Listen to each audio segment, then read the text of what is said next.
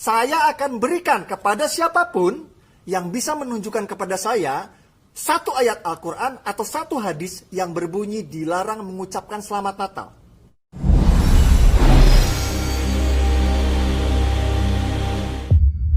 Ada video Ustadz Adi Hidayat, maafkan aku saudaraku Nasrani, aku tidak bisa mengucapkan selamat Natal. Karena orang yang mengucapkan selamat Natal, maka dia sudah mengakui tiga. Yang pertama, mengakui bahwa Isa anak Tuhan. Yang kedua, mengakui bahwa Isa lahir 25 Desember. Yang ketiga, mengakui bahwa Isa mati di palang salib. Ketiga-tiga ini dibantah oleh Al-Quran.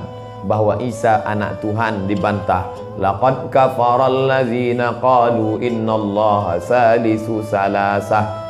Kafirlah orang yang mengatakan Isa Trinitas dan anak Tuhan. Tentang Nabi Isa lahir tanggal 25 Desember dibantah. Ketika Maryam memegang Isa, tidak ada makanan karena terlahir di tepian kota. Allah memerintahkan menggoncang pangkal batang pohon korma, tusakit alaiki rutaban jania, gugur buah korma yang mengkal. Buah korma mengkal ada pada musim panas bulan Juli Agustus. Ketika Isa lahir, kambing-kambing sedang digembalakan di padang rumput, sedangkan bulan 12 rumput tidak tumbuh karena tertutup salju. Maka 25 Desember bukan hari kelahiran Isa, tapi hari raya merayakan Dewa Mitra, Dewa Matahari, yang diambil oleh Kaisar Konstantin dari Konstantinopel. Lalu kemudian tentang Isa mati di palang salib dibantah Al-Quran. Wa ma qataluhu, mereka tidak membunuhnya. Wa ma salabuhu, mereka tidak menyalibnya. Walakin syubbihalahum, ada orang lain yang diserupakan wajahnya dengan Isa. Dialah Yudas Iskariot, murid Isa yang menjual imannya dengan beberapa keping uang emas.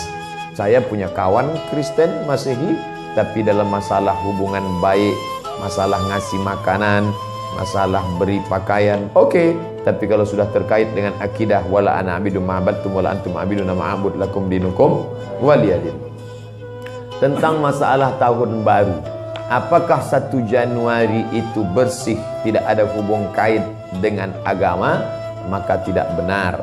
1 Januari 2018 Masehi, seolah-olah Masehi terkait dengan Al-Masih Isa alaihissalam.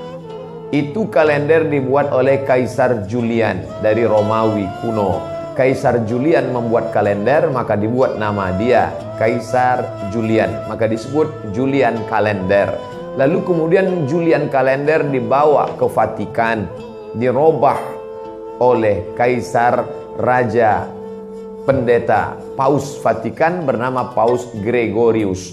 Maka sampai sekarang disebut dia dengan Gregorian kalender. Lalu kemudian ketika terbentuk PBB, United Nation, Persatuan Bangsa-Bangsa, bingung mau pakai kalender apa? Di dunia banyak sekali kalender. Maka diseragamkanlah, dipakailah Gregorian kalender. Yang sebelumnya kita kerajaan Pasundan, kerajaan Demak, kerajaan Riau, Sendripura itu pakai kalender Hijriah. Termasuk Yogyakarta pakai kalender Saka, karena Sultan Agung Jawa mengkawinkan antara kalender Jawa dengan kalender Hijriah. Karena ingin mendamaikan antara Jawa dengan Islam.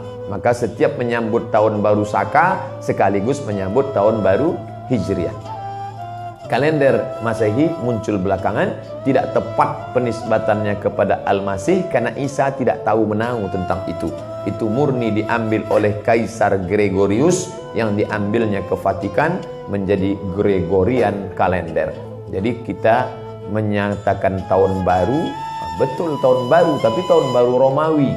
Tahun baru Romawi, jangan kaitkan kepada Isa alaihissalam. Dia masih terkait. Adapun tahun baru Jepang tak ada terkait dengan akidah. Nah, ini tahun kalender yang baru.